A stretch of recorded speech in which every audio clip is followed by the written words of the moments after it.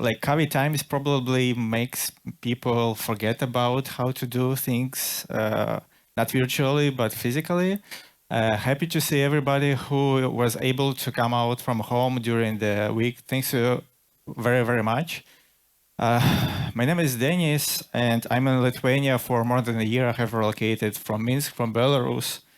And when we started to open up our office in here, EPAM company, we have started to see the market, and I was barely able to find people with lead titles and job positions with lead titles, which is kind of strange for me. And that is one of the reasons why I have decided to talk about my perception and vision of the lead engineer. Let's start from myself. I have started my career as JavaScript and Java engineer back in 2007, probably. I have a couple of attempts to join EPAM. The first one was very unsuccessful because back in the days, people were telling me, listen, Denis, JavaScript is dead. You have no future using JavaScript. And now looking back into the times, we are where we are right now. I have passed different roles in the company, responsible for different activities. Now I'm responsible for office in Lithuania and Latvia, but my passion is still engineering. I'm not really deeply hands-on right now, but one of the things that I'm doing, and I'm running advanced software engineering in the company. This is the path beyond the lead engineer, and that is one of the reasons the second reason I want to talk about lead engineer today. And of course, my work is not all my life. I'm a fan of lots of sports. I'm sometimes playing computer games and riding my Harley Davidson. I work with people for a long period of time, trying to help people build their careers, resolve technical issues, resolve communication, negotiation issues, working with the customers. And looking back, I can barely remember there was a case that people listened to me say, okay, Denis, I'm not going to do that in a way that you have described. And people are used to try things themselves, and my expectations for them, like teach them like children, so they won't repeat my mistakes, are always a failure. And sometimes even outside of the work, I'm talking with people, sharing my experience, giving some advices, and they are biased to me, how I look, how I speak, what I do. And if they will buy a ticket to the conference, will pay money for it, and some famous person, Elon Musk, I don't know, somebody else, will tell them exactly what I told previously, they'll like, wow, that's the thing that completely changed my life. And this is one of the points I would like to talk about today later on. So we are all biased. You don't need to listen to me because this is my personal experience. This is my belief. This is how I do things. It's up to you. Let's start. What we will be talking about today. The context. Context is really complicated, and I will say complex word. We will be talking about the knowledge and your way to the knowledge. And I will try to give you some advices from my life and from working with people. And I'm not going to tell you about how many languages you need to write today to be an engineer and to grow. And because this is as essential as we are speaking a couple of languages, nowadays it is essential in industry that you are able to build the systems using different languages. And industry, it is important. When you are trying to get the citizenship in the country, you have to study the history of the country because history impacts how we live today. The same is about anything in your life, industry. And this is an example of how industry where we are working was looking through the years. And it is important to understand the key milestones where we are right now. And it is started with product companies, SAP, who were distributing their software and the diskettes, if somebody remembers, on CDs. So basically the company buys the CD, installs the system, and it works as it is on CD. Then they're trying to get the patches from other CDs to make things work. And you had no possibility to make a custom software for yourself because of your needs. And those product companies were developing the products, And they found out that there are some new software companies in India, in other regions, and why we want to test our software in here to reduce our costs. So software engineering companies have started to build up services, quality automation, software manual testing, that they provided to these product companies to make their efforts cheaper. And that is where industry and the companies such as Accenture, but Accenture is a bit different from the consulting standpoint, started to appear on the radar, helping those companies and be a part of the software development lifecycle for them. Then investors came and they started startups. And they were coming to the software companies and say, guys, can you build the software key turnover product for us, starting from working with potential customers of our customers and shipped it to the production. And that is where product development services appeared on the radar when if you have enough money, you can come to the company with your idea. They will be making an interview with you, with other with potential customers, doing these rapid prototypes, MVPs, do a product, do launch, do marketing, whatever, like turnover.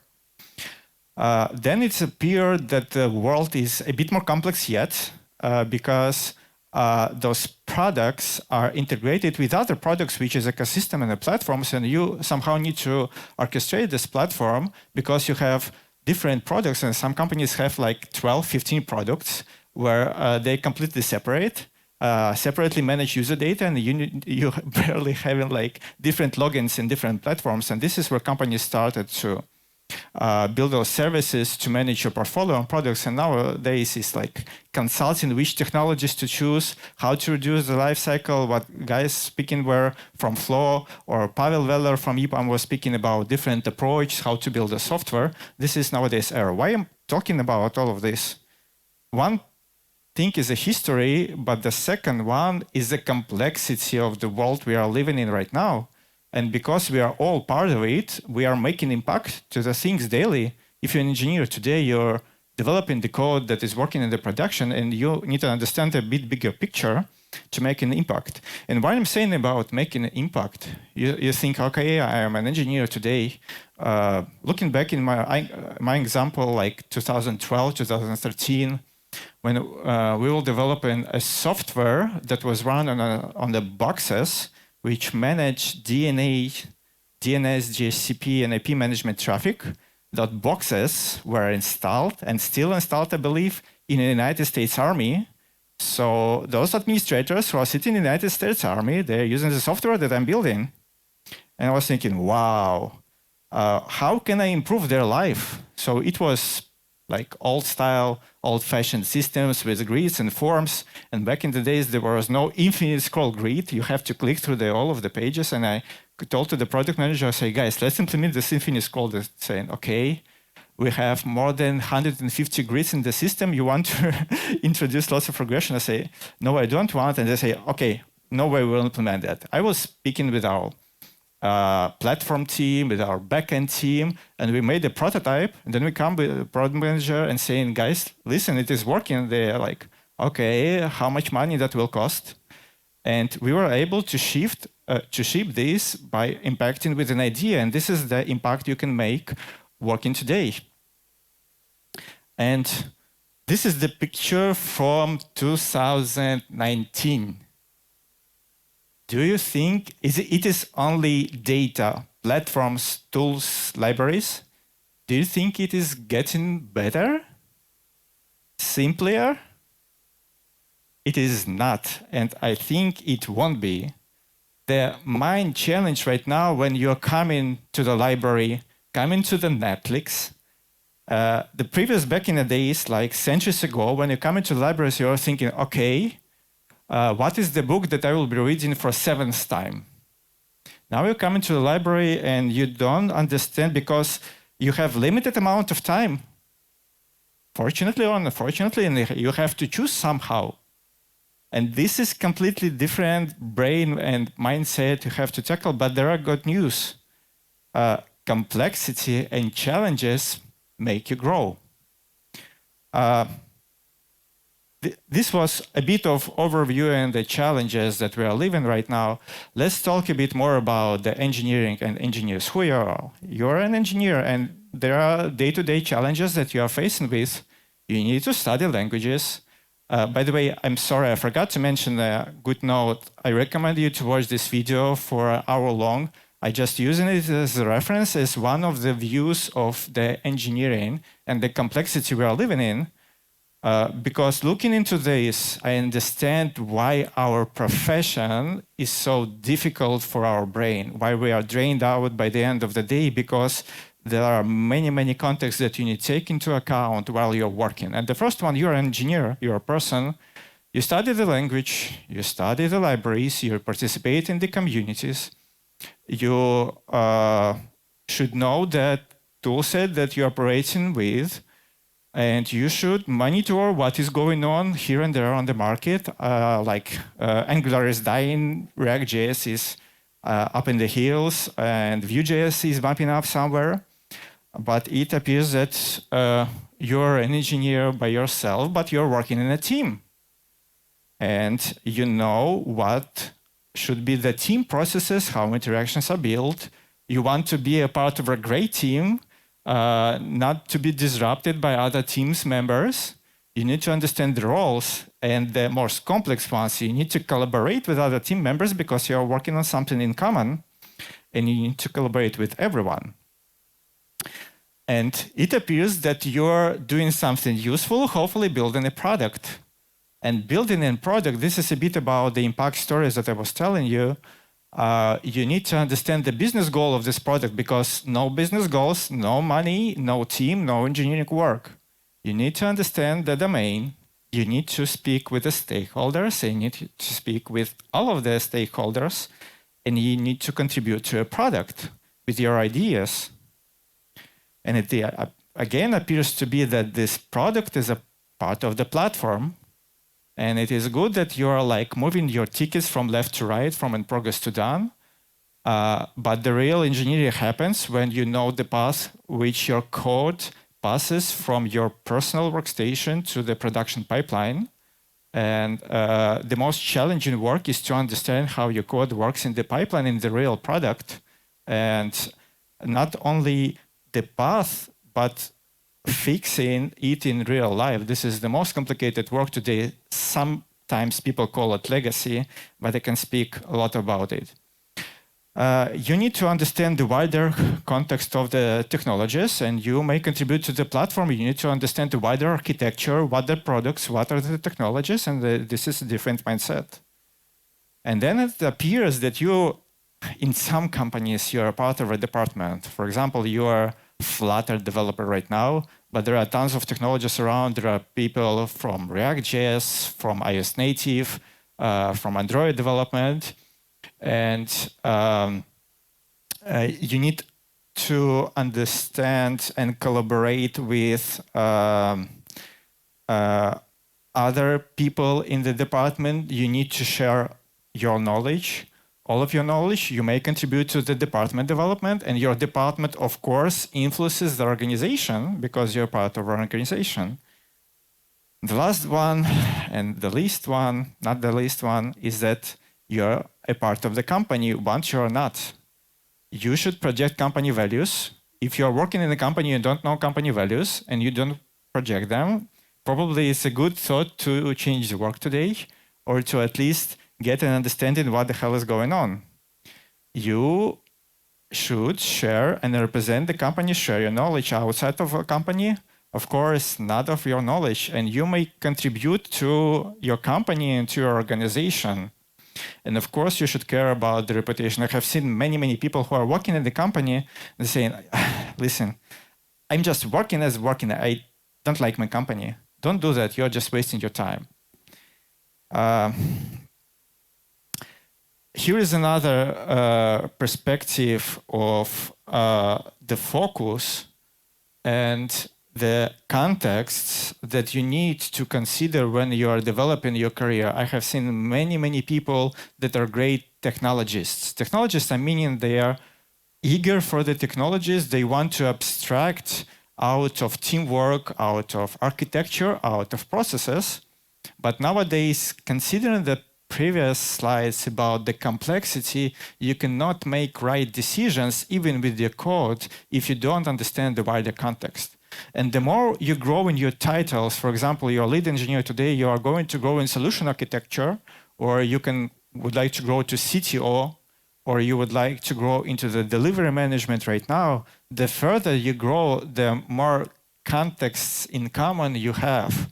The more, I'm not trying to tell you that you should manage, if you would like to grow and code, you should manage a team of 150 people, but you should know at least how it works, because you have to grow your influence if you are growing as an engineer.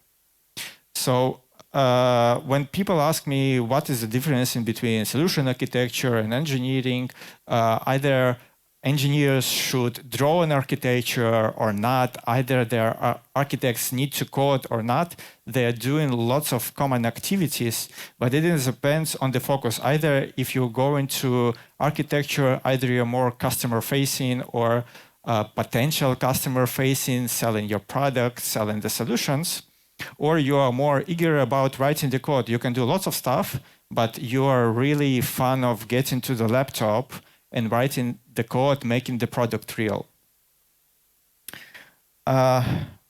Is there something beyond the lead engineer? And if there is something, what I would recommend you to take a look besides one major requirement to the engineer. I won't be talking about that. There are lots of terms right now.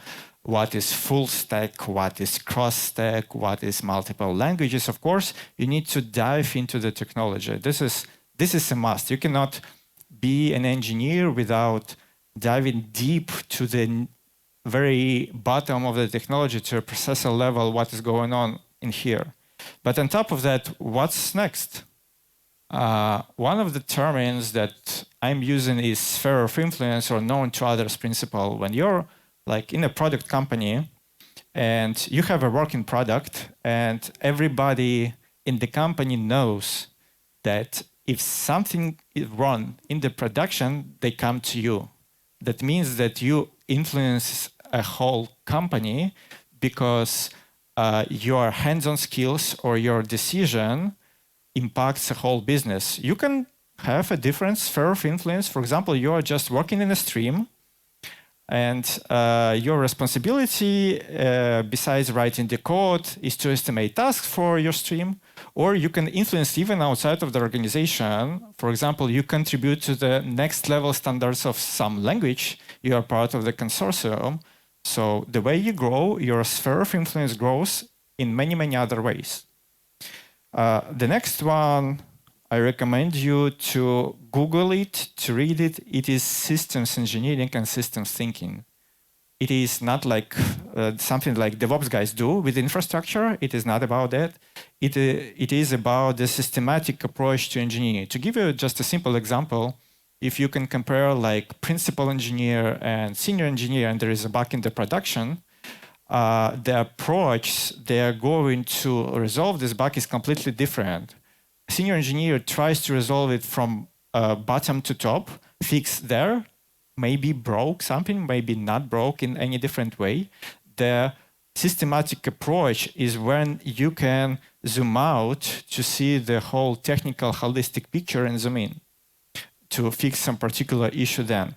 If you think that the whole IT industry follows the Kanban Scrum, you are not right.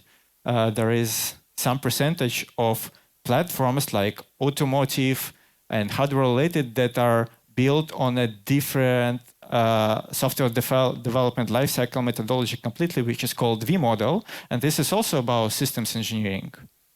If you have heard something about trees, nowadays, all the engineers in Samsung are getting certifications in trees, and this helps them to manage innovations and do an engineering.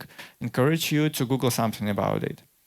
The next one is eagerness and stepping outside of the comfort zone. You can engineer the platform with Java 8. You can do it right now, but the eagerness is that you are understanding what are the other versions of Java, what is in the pipeline for the newer Java, what is on the left on the Scala, what is on the right on the Kotlin. You are eager on what is going on in the industry. You remember this picture with lots of data technologists. Data engineers, of course, they're focused on some part of this stack, but they are understanding the industry, what is popping up, what is popping out. And this is about stepping outside of the comfort zone, not only where, but do some homegrown small project, try it out, understand like pros and cons, and move forward. The next one is knowledge sharing, and this is an opportunity to grow the first one, sphere of influence and impact. Do whatever you like to do. There are tons of different ways. You can be a mentor.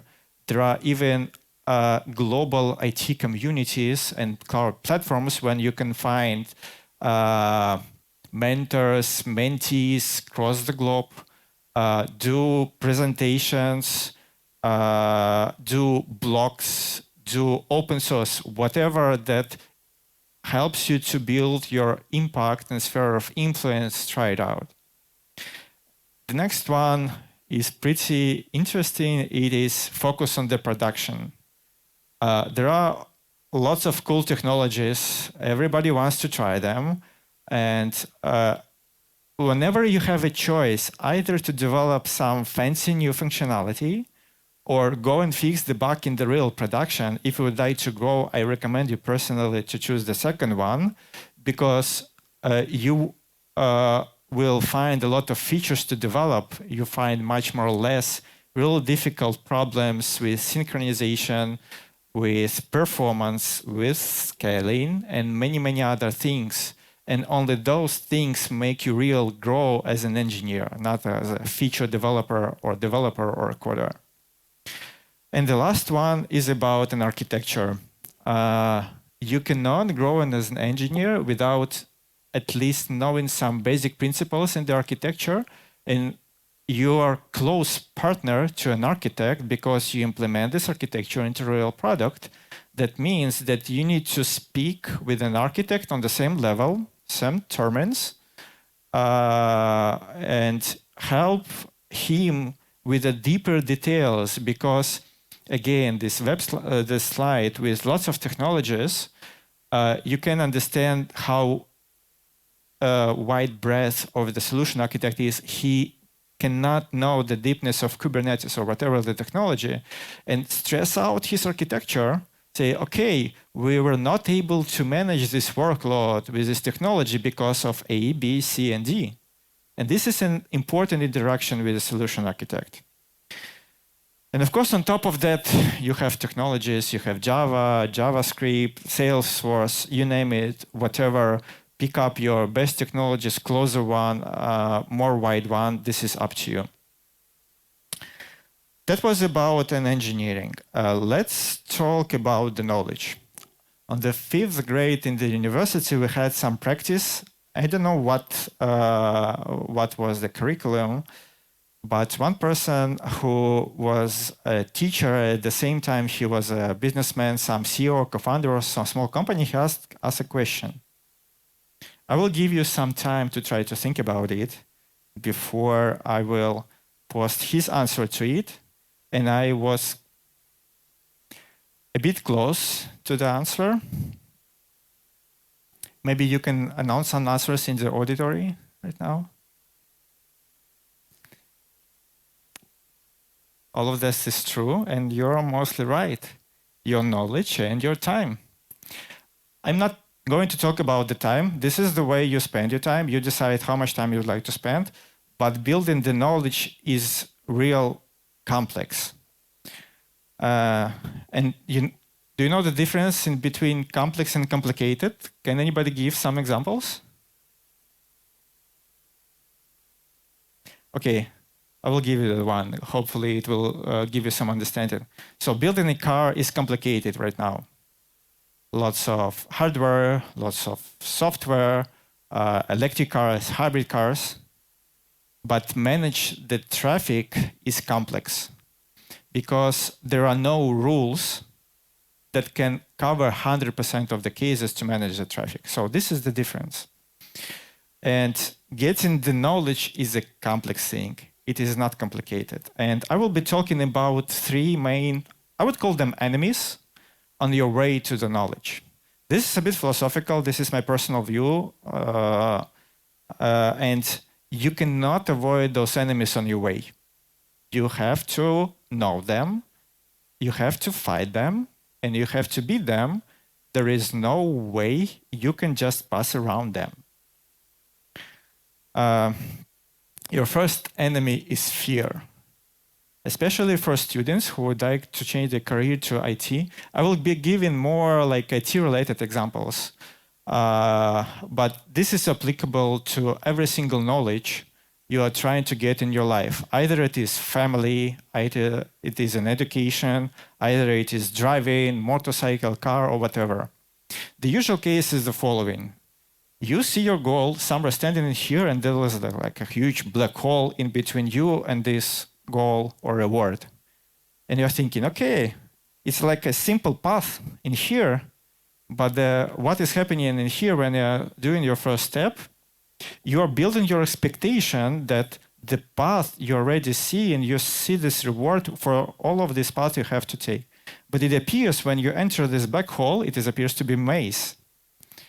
And the maze is with every step to your knowledge, you are getting disappointed because the picture of this knowledge that you build is completely different from real life.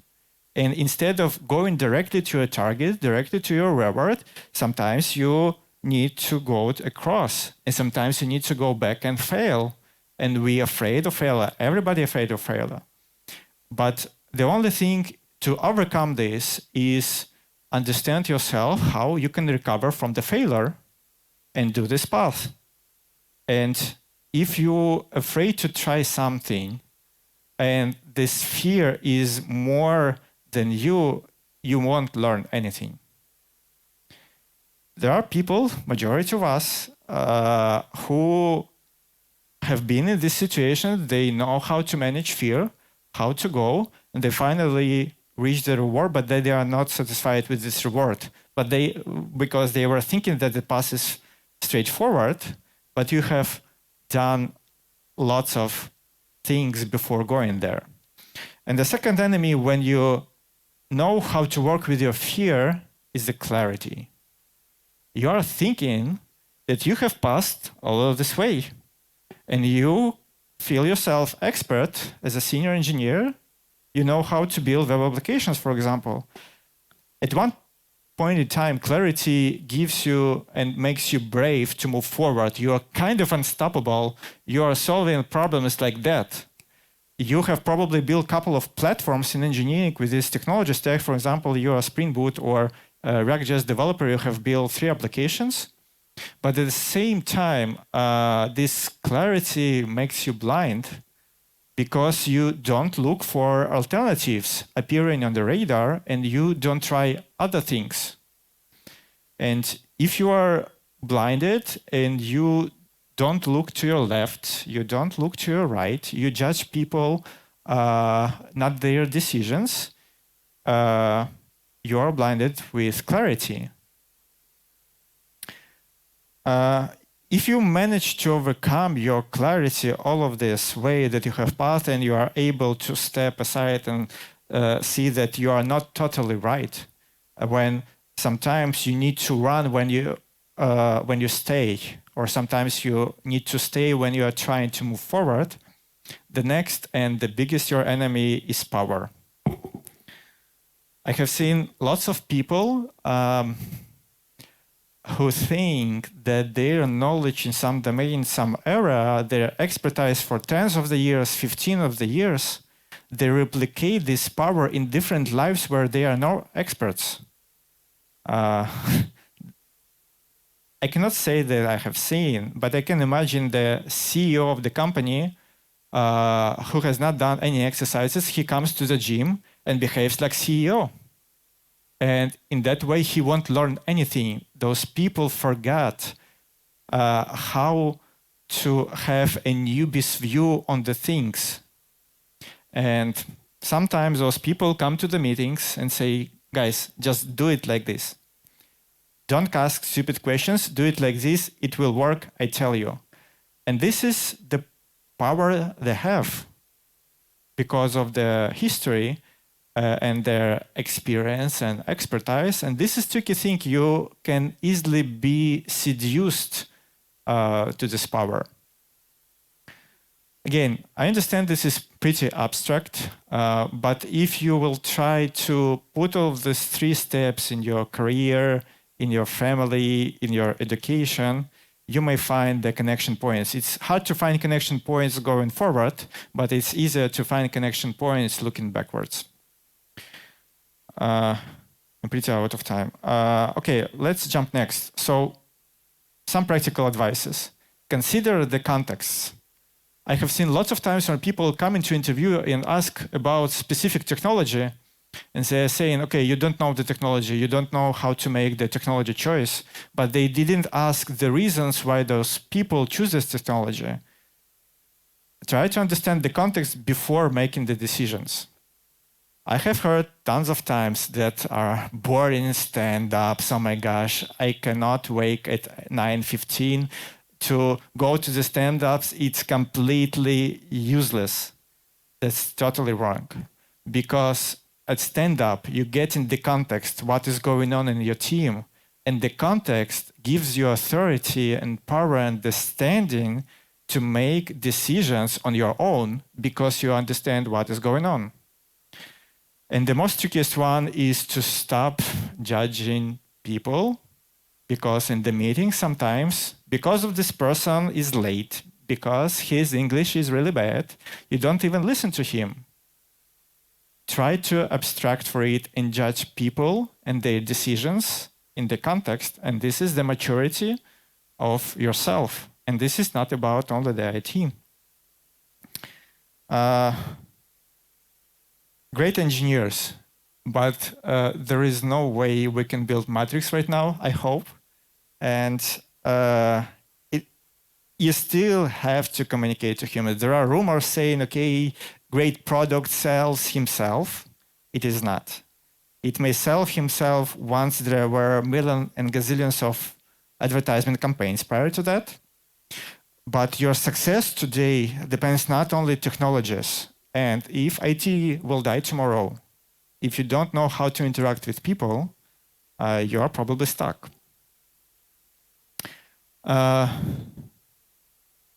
Take all of the opportunities you see. I cannot tell you how many opportunities I did take in my career, and I'm glad that I took all of them, not only engineering. If this is a people management opportunity, take that. Take this experience, then judge. Either it is interesting for you or not.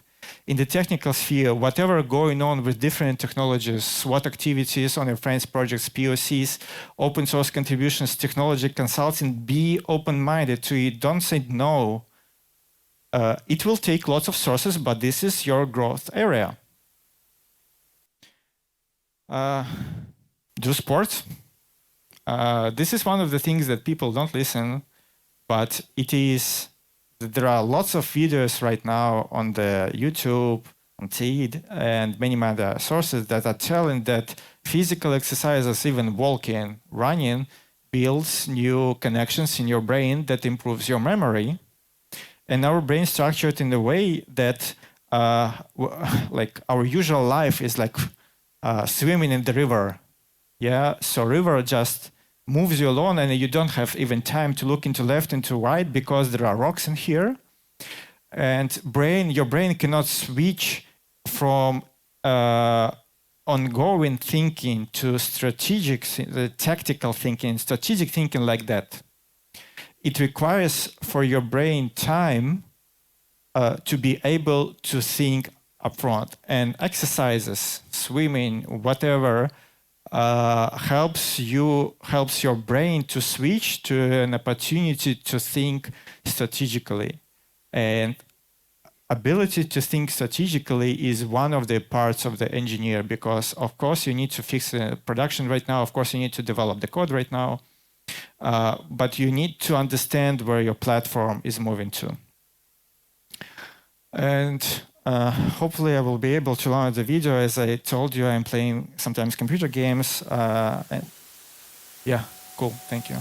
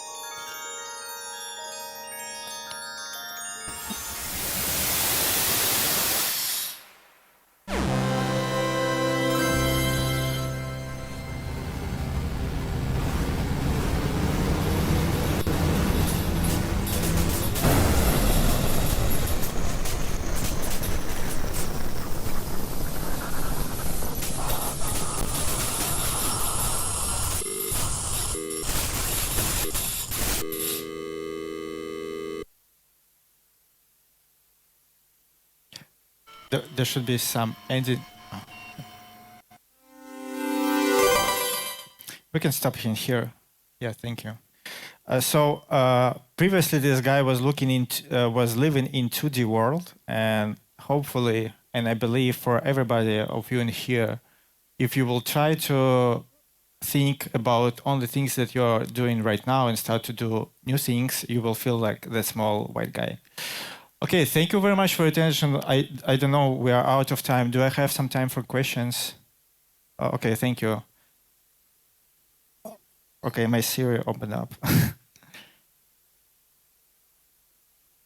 Are there any questions?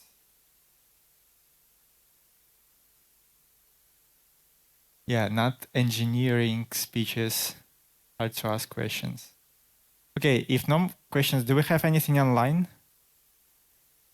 Interesting. Okay, so we can catch up in the auditorium later on. Thank you very much for your attention.